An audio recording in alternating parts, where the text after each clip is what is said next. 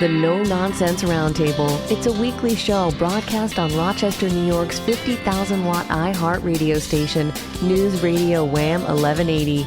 The host, Dom Geneva, interviews guests from all walks of life, all with amazing stories to tell. What you are about to hear is a recording of a previous broadcast with limited commercials. Now, here's host, Dom Geneva. Well, welcome to another edition of the No Nonsense Roundtable. I'm Dom Geneva, your host, every Saturday right here, and you can get all the past shows on NoNonsenseRoundtable.com. And I am now in the studio with two of my favorite, well, one and a half of the, two of the, two of my favorite people of all time. Chuck Brucato, who was the founder of the Rustix years ago, a member of an inductee in the Rochester Music Hall of Fame. He has become, over the years, a good friend and almost like my older brother. And I'm here with his son, Joe Brucato, who is a wonderful human being, very kind of a shy individual.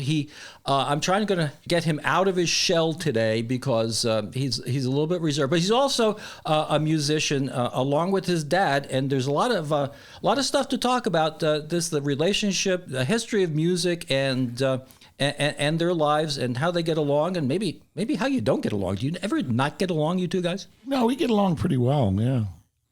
It's simple. We try to keep things simple. Hello, the beautiful listening audience. It is I, Joseph Brucato, son of Chuck. Hello, Don. How are you? Son. Thank you so much for having us on your beautiful show. Well, the thing is, people say that I like music. I have to say, and I know I've said this before. What people say that? Some people say that about me. But the thing is, I'm more fond of musicians than I am music. I mean, because it seems that musicians all have this sense of performing for people, making other people happy, no matter what it is, whether it's a national stage or a local stage, and you do it for the joy of it. And you know what? I think audiences can tell when you're doing it for the joy of it. Don't you agree? I absolutely agree. If you're not for real, people can pick it up immediately. Yeah, I mean, passion is the key to anything in life, not just music. If we see somebody who's installing cabinets in our kitchen, the thing that's going to define them between mediocrity is their passion for what they're doing. Passion dictates you're going to be in love with what you're doing. You care, you have attention to details, and you're more apt to perform better. So you got to see passion. Why didn't I think of it that way? How come you said that? Well, you guys make a good. That's only an indication that you guys make a good team. That's what I was going to say, but okay, go ahead. So let's for those people that don't know, let's get a little bit into the history now. All right. Chuck, you have a wonderful story how you started out in the music business. I mean, somebody came up to you when you were at a diner someplace and said that they had a place for you to perform and gave you a couple $100 for your equipment. That's how the whole thing started, right? I mean, that was it. We were just four guys singing for the love of singing, and we stopped at a bar one night. And there was a bartender and just to have a beer or something. We're in the booth singing. A guy walks in. He says, "I like the way you guys sing. I just opened a bar in Ontario, which is at the time is out there." He says, "Would you like to sing there?" I said, "Yeah." So you were singing a cappella? Is that what you were doing? Yeah, we were singing a cappella in a booth. Huh? And he says, "Would you guys like to sing?" I said, "Yeah." He says, "Well, be there in 2 weeks." I says, "Well, we don't have any equipment." He says, "How much is it?" I says, "Well, this is the early 60s. I said, "I don't know, a couple $100. He lays $200 on the table, and he leaves.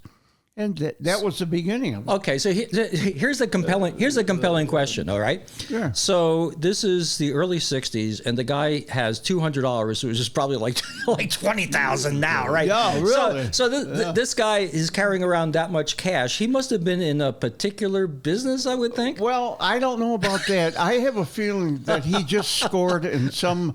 Maybe he got lucky somewhere. Yeah. Anyway. Yeah, and he wasn't going to report. But the thing was, I mean, he lays on the table and says, "I'll see you in 2 weeks," and that was it. No sign, nothing. And we looked at each other and said, "What do you guys think?" And we went out there, and that's what started the whole thing, really. Basically, so it was a no-brainer. So you started playing these smaller clubs, then, right? I mean, oh yeah. Well, that was, we were on the floor of some bar in Ontario with guys at the bar doing shots and beer, and we didn't care. It was, there were 3 people in the audience listening to us going, "Hey, you guys are not bad." Okay, so you're playing these smaller clubs and whatever. So how did you get to? It was called Hit Town, wasn't it? Motown was called. Was it Hit Town? Was it back then? Barry Gordy. Motown was the biggest. But it was called. I mean, but the sign on the front of the building was Hitsville. Hitsville. Okay. Yeah, Hitsville. Yeah, that was when I grew up. The biggest deal was RCA Victor, Columbia, Capitol Records. These were monumental studios, huge studios where they had huge orchestras and stuff. So I thought we were going to Motown, the biggest label in the world at that time. We pull up and it's a house. And it was glass windows with a silhouette of 2 people sort of dancing. And I said, "Are we in the right place here?" Yeah. And that was it. But that little house, in fact, I was talking with my son last night about it. Somebody asked me what the studio was like. The studio itself, it was about as big as somebody's living room, a large living room, and the magic that came out of that studio. That's right. It's still going on today.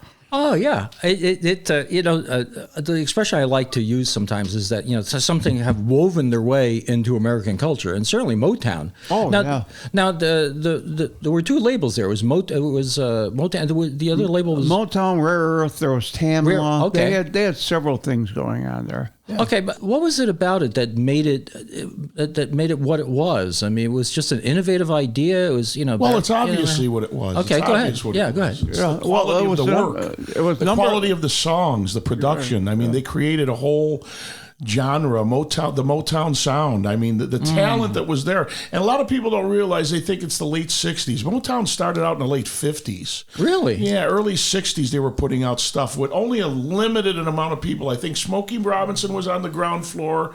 And I think Martha and the Vandellas was actually their first hit. Some odd. It wasn't Gladys Knight and Marvin Gaye in the very, very beginning. And then they picked up steam in the mid-60s. So my answer to you, quite frankly, would be very simply, Motown created that out of sheer talent, and the writing and producing songs that are like my father said, that still sound great. 65 years later? There are 2 things. There are two things that happened there.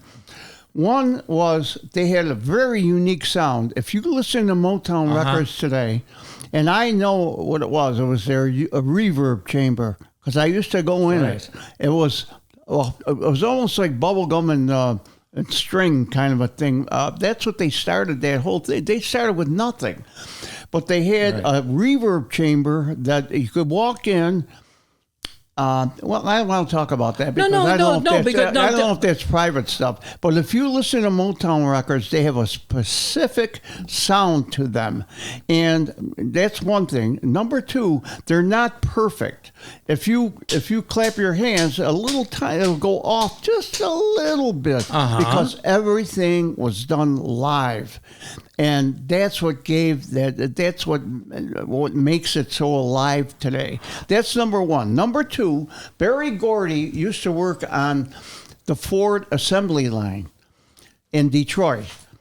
That's where he got the idea of taking these young kids from the projects, bring them into the studio, find out which ones are very talented, and they would have rooms downstairs. I'm not saying anything that anybody doesn't know right now, but they'd have rooms downstairs where they take them in. They learn how to dance. They learn how to dress. They had a woman there. I forgot her name. She teaches them how to speak, how to be articulate. Absolutely. How to, and onward. And then the next group came in. Yeah. And there was the Supremes. There was the It was like a college for performance teaching, etiquette of performing. It was beautiful. Yeah. You know, and he how to based stand. it all on the assembly line in Detroit. Yeah, I mean, it comes down to a business concept that probably nobody ever had before. Exactly. Yeah, okay. Exactly. That's well, we're going to be talking more about this. Fascinating stuff. We're going to be talking more about this, well, right after this break. This is Dom for my friend John McClurk at McClurk Chrysler Dodge Jeep Ram and McClurk Chevrolet in Perry, New York. Hey, the buds are coming out on the trees. Everybody likes a nice ride. Take a ride down to McClurk in Perry and see the great deals that he has on Chrysler Dodge Jeep Ram vehicles and Chevy trucks. I tell you, John McClurk does business the old-fashioned way. He takes care of you. No nonsense. And used cars, he's got great used cars. See him today or go to McClurk Chrysler Dodge Jeep Ram or McClurk Chevrolet. This is Dom for my friend Jim Shelley and his Fanatics Pub and Blue Stage in Lyman, New York. Like I say, a short scoot down 390 to exit 10, make a left at the light. A couple miles down the road, there's Fanatics Pub and Blue Stage. You can see their nightly shows by going to fanaticspub.com, but this time of the year, his patio is open for free entertainment 3 to 6 on weekends. Go! It's a great place. Well, we're here talking to Chuck Brucato and his son, Joe Brucato. We're going to get into the father-son thing in a little bit, but we're talking about Barry Gordy and Motown. And what Chuck was starting to explain, conceptually speaking, is that Barry Gordy had this way of making music into a multi-dimensional production where your talent was learning different talents, you're saying. Exactly. But what would happen is Holland Dozier, Holland, which are the legendary songwriters, they would write a song. So there's the song. They'd go in the studio and the musicians would put the music track, the music track down. Then they'd bring the singers in.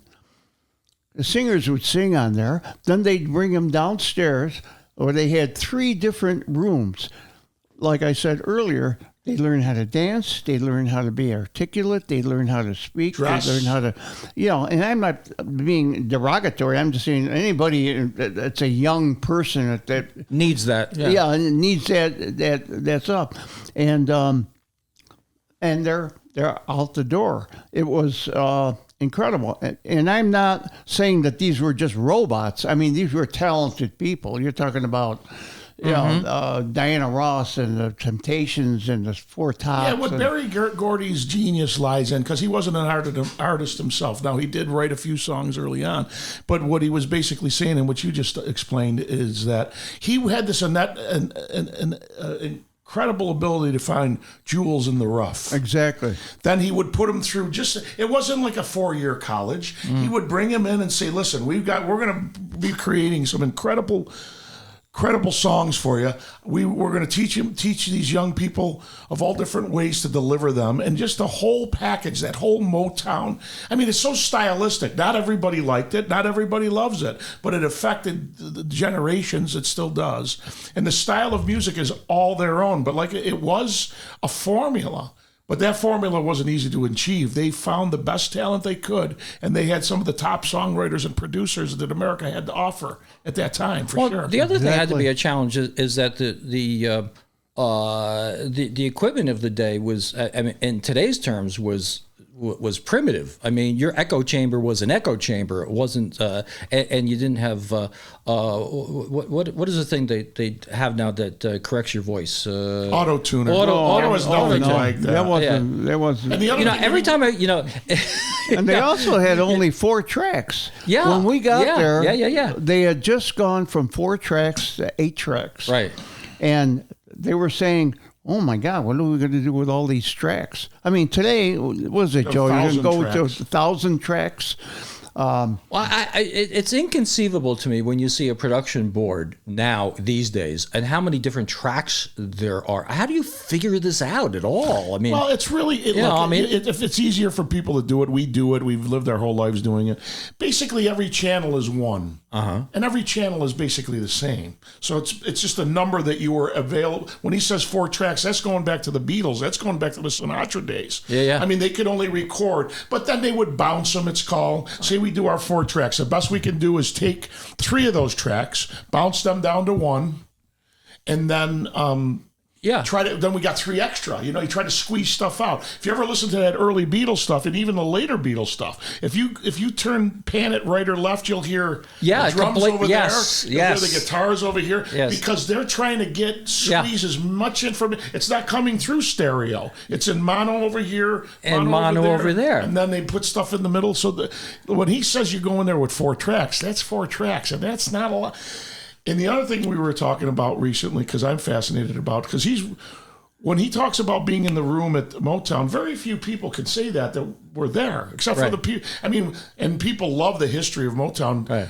And that room, like he says, and I have pictures of it, and there was that great show that, I don't know if you're The Shadow of Motown, it talked about all the musicians. Oh, I didn't know about this. Fantastically done. Then where is that, do you know? Docuseries. Is it on Netflix or something? In the Shadows of Love or something, the Really? Motown site. And Okay. They interviewed, this was like 20 years ago, so they still had a lot of the original musicians. A couple of them were dead, like James Jamerson, which is an amazing bass player. Benny, the drummer. Benny Benjamin was the drummer. They were the rhythm section that everybody still praises to this day. Those guys passed, but a lot of them were still there. And they'd say things like they'd be playing in the middle of the room, in this small little room. I'm talking about, it's the size of this room, the whole where the musicians were, with the piano, the drums. I mean, this is it. And they'd stomp on the floor because there was a creak in the floor. Like that would be And their drum. that would come on the. That would be on the actual recording. yeah. And the guy said, it's a famous line. It went, necessity is the mother of all invention. They didn't have something to play a drum. We'll find a way to do it. And it created a sound all of its own, Well, the thing about Motown, when you think about it, is that nobody has stories of Columbia or RCA. They have stories of Motown and being in the room in Motown. And from what you're telling me, it's an incubator. Yeah, it's an incubator for talent, an incubator for innovation. Room. It was a magic room. Yeah. Magic. Yeah. But there's something to be. First of all, I disagree with what you said. First of all, Capitol Records is a phenomenal story. But people don't gravitate toward that. Yes, they do. But Capitol Records, they got the Sinatra days. I got that, but I'm saying the general public does not know Capitol Records. It's not as sexy per se. Yeah, if you know what I mean by sexy. We people that aren't in the music business, we know Motown. We know we know Barry Gordy. Columbia we don't. We really don't know. Yeah, Columbia. Yeah, I'm just saying Capitol does have that. Yeah, I got that. Okay, so here's the thing that I've always amazed me as being a musician. A lot of people fall in different places like this. There is something that there's a spirit to music, right? Okay. The Beatles lasted that 10 years, right? Yeah. And there was a lot of magic. It never was duplicated even amongst themselves. And I don't say that in a bad way. Paul McCartney had lots of hits, and John Lennon made music, and George Harrison and Ringo Starr. But that Motown thing was about 10 years, we'll say, of just pure magic, hit after hit. Beautiful times. Everybody was at the right age. Stevie Wonder, Gladys Knight, Marvin Gaye, Martha and the Vandellas, Diana Ross. They were in the prime of life. Barry Gordy was in his 30s. Smokey Motown went on many years after that, never could ever. You know what I mean? There's a magic to the time. Oh, I agree with that. That's the most beautiful thing about. There's a time for everything. There's a time for your creativity. You agree with that? I mean, Oh no, absolutely. There is a life cycle of every organization and every business, and you have your hot times, and for whatever reason it could be a group that, and we've had history of this, where they stay very successful, stay together for 4 years. I just heard an interview with Ringo Starr, And he said, if it wasn't for Paul McCartney, we would have just being the driving force. Yeah, last for 4 years. He says, because Paul wanted to work. He says, I'd be sitting there with John in the garden, and the phone would ring, and we'd go, oh, that's got to be Paul. And Paul would say, hey, lads, you want to go to the studio today? We go, okay, we're going to the studio. It had a driving force which made them last as long as they did. Sure. They didn't internally destruct themselves, and they didn't fall out of popularity. And the thing that really amazes me is the innovation from album to album to album. Well, here's the trick to that, really. and Brian Wilson also did it during that time, is that they were smart enough to know, and they got turned off of it. Look, and I'm not a Beatles aficionado, but, I like the Beatles, and I like the history of it, is that because they couldn't play live, they said, got to the point where we're not going to play live. Nobody can hear us anyways. They're screaming out there. And they had the money. Yeah. They had the money and the success where they spent that 5 or 6, 7, 8 years of their prime of their 20s and up to 30 in that studio. Yeah. And that's why they got that work out. They weren't pressurized by going to hit the road and make a couple of grand so they could come back.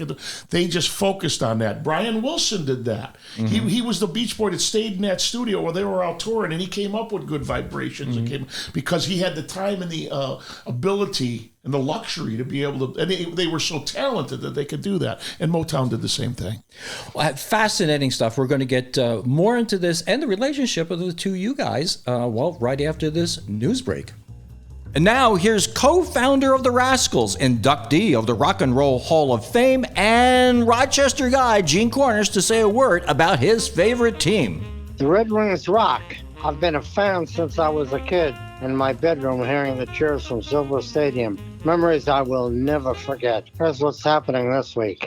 The Red Wings are home this weekend. Friday is Women in Sports Night, featuring a Naomi Silver bobblehead and fireworks. Saturday is a Cocos Locos Night, with a pint glass giveaway and fireworks. Sunday, kids can run the bases. For tickets, visit redwingsbaseball.com. Well, welcome back. We're talking with Chuck Brucato, who is a member of, an inductee of the Rochester Music Hall of Fame, and his son, Joe Brucato, who is a success in the music business in his own right.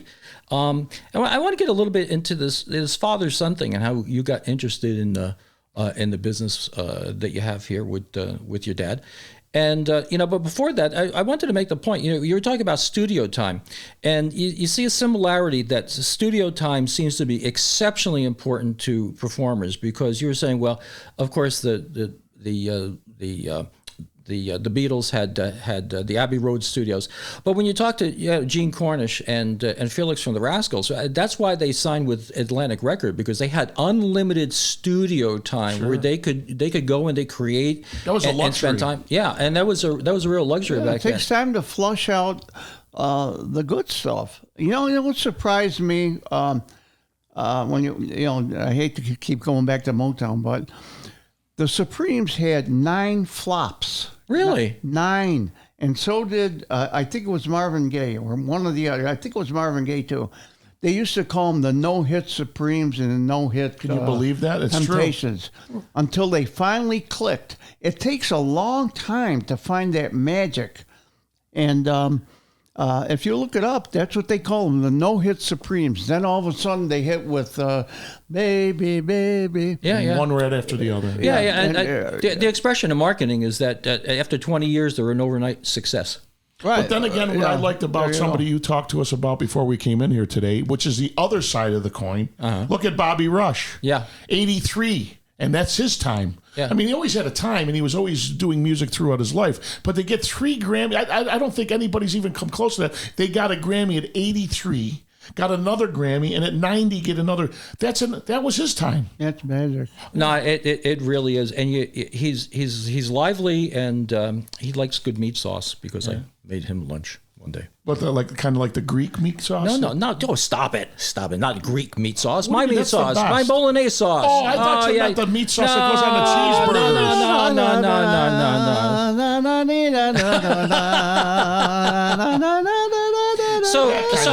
That's different. So here's the question. Okay, Yes. here's the question I want to know from you guys. How did you two meet? Well, that's a ridiculous question.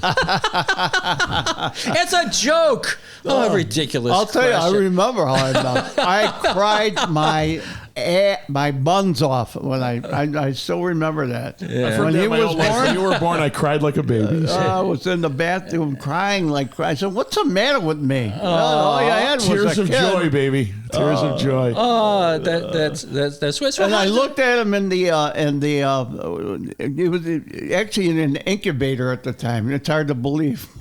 You know, I would fit in one. the size of yeah, him. yeah, he was in an incubator. It was the size. That's It was the amazing. size of. It was the size of a coffin, right? I mean, My it parents, was my the parents, incubator. yeah. And my parents and his grandparents, my wife's parents, were looking through the mirror, and he's in this incubator. And they were so happy, and they all loved the horse races. They said, "Let's go to the races," and they all left. And I go, "How could they leave? How could they leave this beautiful child in this incubator?" And I'm sure. So I said, "I'll never forgive them. They go to the horse races and leave my child in an incubator." That's fun. So God's name, what have you been feeding? What did you feed him that he's this and he's not fat. He's just a very large fellow. I mean, he's large, but he's not Love. fat. I mean, he's just I fell in love. Is that it? 6'2", Isaac Green, the funkiest white boy you've ever seen. Oh, jeez, yeah. That was funny. When you interview someone, you should be very happy they're with you. You're kind of got this detestment that I don't. appreciate. That's just amazement. It's like, Nausea or no, something. This is not. It's just some people you have on the show, and you're just afraid, that you're gonna have to hit the button, and do that little. But you don't feel that way with me now, do you? Yeah. Listen. So was it a natural thing for you to Joe to get see your dad play or him practice at home or whatever, and you get interested in music, or did it come along a little bit later? How did you get involved in music? Well, very, very simply for me, I mean, I really don't talk about it a lot, but I'm happy to talk about it now, is that music was just always there, in my family, directly through my father. My mother loved music, but she wasn't a music producer. And I never really thought about it. It's like if somebody's a carpenter and you watch your father make carpentry, you just think that that's what they do. And he was a very kind of a kind of loner type music producer, our music writer like I am. He's collaborated with many people, I have as well, but we write most of our stuff alone. So you're fiddling around with little instruments, guitars and pianos, and I would always hear that. And it just kind of melded into me. Like we mentioned, is it a genetic thing? And I think there is something to be said about that. It could be. It depends on the person. You might have 2 or 3 kids. One of your kids gets genetically touched by the music. The other 2 don't. There's no way to figure all that out. But there is a commonality when you look at fathers and sons throughout all history. If this man's a farmer, at least in the past decades, most likely you might go into the farming business. It's not a guarantee. Some people rebel against it. I don't want to be like my father. I don't want to be like my mother. So I think the music just became part of me. As him, because I know he started writing when he was 12 or 13 poems, or maybe even earlier than that. That happened to me. Nobody told me to do it. It was a natural thing. So once I got a little bit older and I was writing things that made a little bit more sense, I think it kind of perked his ears, and he realized, well, my son's got this gift, and he's good at it too. So you like performing together. So do you ever think of performing together on the No Nonsense Roundtable in the studio, like right now? Oh, we could perform anywhere. Right here. I got to see some cash. Hold on a second. I got 67 cents here in my drawer. Make it 75 and we're in. You got it. Okay, one of the two you get together. You get together. Yeah, I have to get to one microphone though. No, we'll do it alone. We can do it. Yeah. Okay. There you go. Let it be me who comes to hold you when the world outside has been cold to you, who sets you free. Let it be me.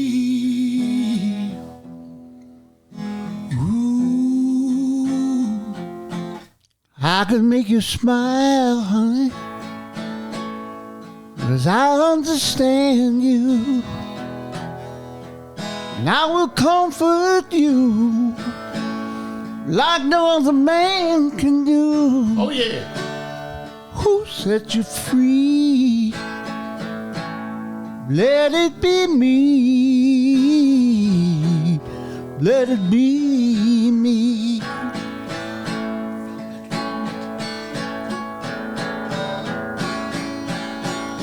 Come a little closer. Let me feel you near. Open up and let me get inside you. I would never stop, baby. Oh, no. Give you all the love I got. So let it go. Let it go. Let me show you. Show me. Let it be me. Let it be me. Yeah. Oh, that is wonderful. Thank you.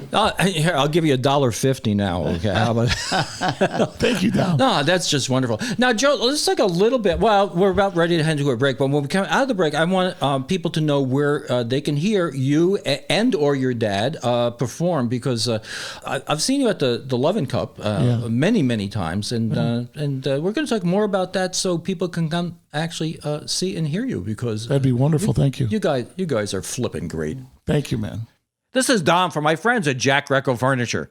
You drive your car, you live with your furniture. That's why Nita and I buy our furniture locally from Jack Greco. Hey, lots of old name furniture manufacturers switch to mass production, producing their furniture who knows where. Why settle for that? Jack has quality pieces made by true craftsmen, and if you need a custom piece, Jack can do that for you too. The season's upon us. Jack has quality outdoor furniture you won't find anywhere else. Go to jackgreco.com. This portion of the show is brought to you by Martinizing Dry Cleaners in Fairport. During COVID days, I discovered a dry cleaner that would pick up and deliver. I discovered Martinizing in Fairport. I later discovered that the owner, Todd, was an ex-corporate employee who went on to start his own business just like I did, and his customer service is beyond compare. Google rating 4.9 with 143 reviews. 4.9. Call 425-4242 or martinizing.com/Fairport. Well, welcome back. You're listening to No Nonsense Roundtable. I'm here with Chuck Brucato, who I have to say, I have considered you over the years to be like an older brother. I never had a brother, but we talk a couple of times a week. Why does he have to be your older brother? Why because can't you be... because he's not younger than me. I mean, Well, why can't you pretend? so logic. No, I okay. lied. I am younger. I am younger. Yeah, Joe, if we're going talking logic, we have nothing to speak about. Yeah, logic. Yeah.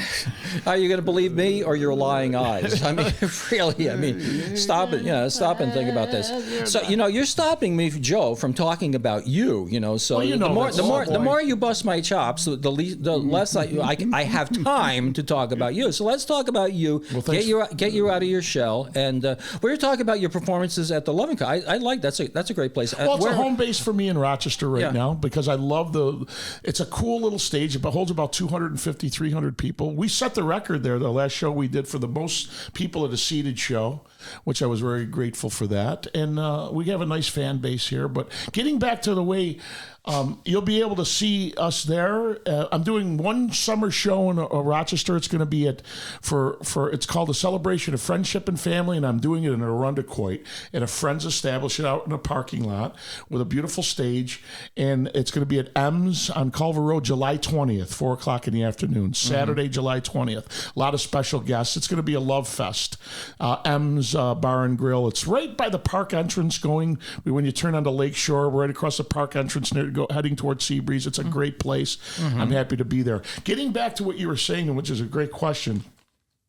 When I got back from California, my initial run of a young man and doing a lot of things in California and around, I came back here and I just had finished my first album, so I was playing a lot of those songs and I was writing other things. We got to be closer in the sense of I was back. I had been gone for 12 or 13 years mostly. We had seen each other several times in California and this and that.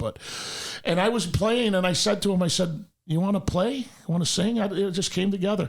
And we would do shows for 2 or 3 hours, just starting about 20 years ago, and he'd be there, tambourine, singing all night long. So were you singing with him when you were like a little boy? Not really. Not no, really. I think as we progressed, I'm sure we sang, but we didn't do it wasn't. We didn't talk about we're going to be singing on stage or anything like that. And it just actually happened one time, and then. Somebody brought it up to me. They figured it out. A fan of ours. They said about 3 or 4 shows ago, and I think it was at the Love and Cup. He wasn't there that time. No, it was at the Love and Cup, and he was there. It was our 150th show together, which is a lot. It's not 1,000, but 150 live shows, and I thought that was quite a nice accomplishment. And we just bonded and gotten along great. We definitely have different voices. And he was more of a harmony singer. Like he was with the great Al Galich for the Rustix years. And he had a nice baritone voice where my father's was more above that a little bit. And they blended. I remember coming downstairs when I was a kid when they were doing the Rustix reunion show. And Al was visiting, staying at his house. And I heard them. I go, who the hell is that? I didn't even, I knew it was them. But I mean, they sounded like primo, Yeah, the other thing is I admire about you guys, it's family. Now, I had the privilege of going to Joe's house one day, and your dining room.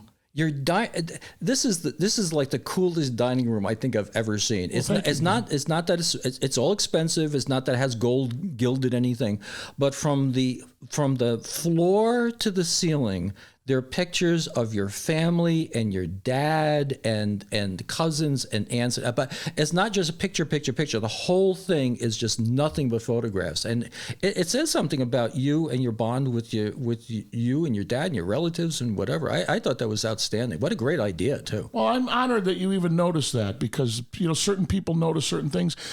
It just once again, it was almost the same thing on how we just kind of kept it going. And I'm sure things that you've done in your life, when you get passionate about something and it's working and it kind of takes a lot of, it kills a lot of bird with one stone, so to speak, is that we're doing music, we're sharing time together. Some of the funnest things are rehearsals. We went to New York City and performed at the Pierre Hotel several times and so on and so forth. But those pictures were... I kept that one room of the house. It's the panelings even from the old days. You know what I mean? And that's kind of like I call that the old timers room. And even not everybody's old. And every picture I put the same. I did it on purpose. Yeah, you have to see it. Yeah. And I don't get sad, even though my mother only passed 4 or 5 years ago. We feel like it was yesterday. Our hearts were broken, of course, but we loved her deeply. She's with the Lord, and we feel very comforted by that. I do, and I know he does as well, and my sister as well. That being said, when I look at those pictures, I don't get sad. Mm-hmm. I can be sad, and I'm not just talking about my mother. It could be I was very close to my grandmothers. I was very close. I turned it into a thing.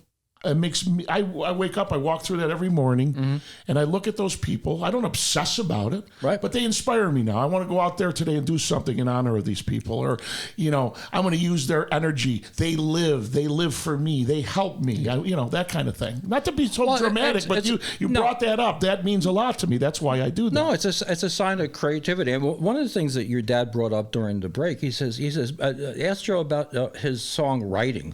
Which it's a legitimate question. He says you take passion in not only performing but writing. Writing might be. Thank you for asking me that question. Writing to me might be. I think that's one of the things. Believe it or not, I fight for it, and it drives me and everything. It's very calming to me. I enjoy it, and I need calming things. I mean, I'm an amped up guy. I don't even drink coffee, and I'm not always amped up. But songwriting is a great joy to me, and I just love the challenge of it. Well, we were talking at lunch about your Christmas song, which I love. Well, thank you. I love that song, but Barry Manilow has bought it from you, right?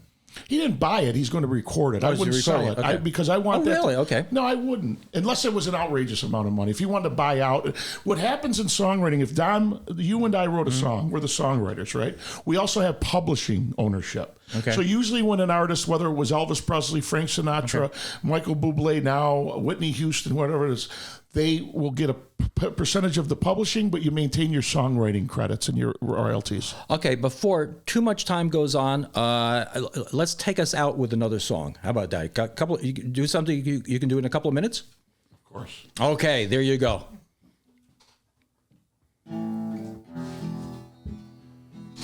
I try to tell you, baby, but it makes no sense. I'm dedicating this to Bobby Rush Ah, and all the blues lovers out there. This Oh, is yeah, a Jimmy Reed song called Shame, Shame, Shame. I try to tell you, baby, but it makes no sense. Now you got me, baby, up against this fence. Ain't that a shame, shame, shame? No. The way you do, the way you do, yeah. Ain't that a shame, shame, shame? Shame on you. You take over, Father Chuck. Well, you go out in the evening. I don't know where you're gone. 6 o'clock in the morning, baby. You come stumbling on. Ain't that a shame, shame, shame? Oh, yeah. Oh, the way you do. Ain't that a shame, shame, shame? Whoa, shame on you. Let's go to the end now. I'll say it, then you answer it. Ain't that a shame, shame, shame? Ain't that a shame, shame, shame? Ain't that a shame, shame, shame? Nah, that's a shame. Ain't that a shame, shame, shame? Ooh. Ain't that a shame, shame, shame? Ooh, baby, that's a shame, shame. Ain't that a shame, shame, shame? Oh, baby, what you do? Oh, yeah. Oh, yeah. okay, you're up to $4.50 now. Well, guys, it's been a wonderful afternoon. Oh, great afternoon. Great afternoon. Camaraderie. You know, I feel like your Got family. a tire flick fixed. You forgot to tell everybody about your tire. Yeah. Did we get every segment? We had We got every. Yeah. You had to you. rescue you. Yeah. Next week, same time, same place. Thank you, Chuck, and thank you, Joe. Thank you, Dan. Thank you, Dan. Hey. Beautiful. Next week, same time, same place. It's the No Nonsense Roundtable. Thanks for listening. Tune in every Saturday from 10 to 11 on News Radio Wham 1180. Don't forget to like and subscribe, and we'll make more.